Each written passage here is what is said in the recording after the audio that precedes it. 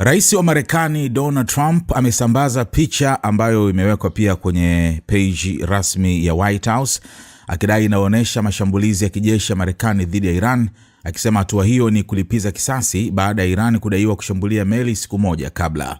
Hii ni kulipiza kisasi kwa shambulizi la jana dhidi ya meli lililofanywa na Iran. Ikitokea tena, hali itakuwa mbaya zaidi, Trump ameandika kwenye Truth Social. Picha hiyo ilisambaa kwa kasi mtandaoni baada ya kuchapishwa pia na akaunti ya @OSINT613 ikiambatana na nukuu hiyo ya Trump.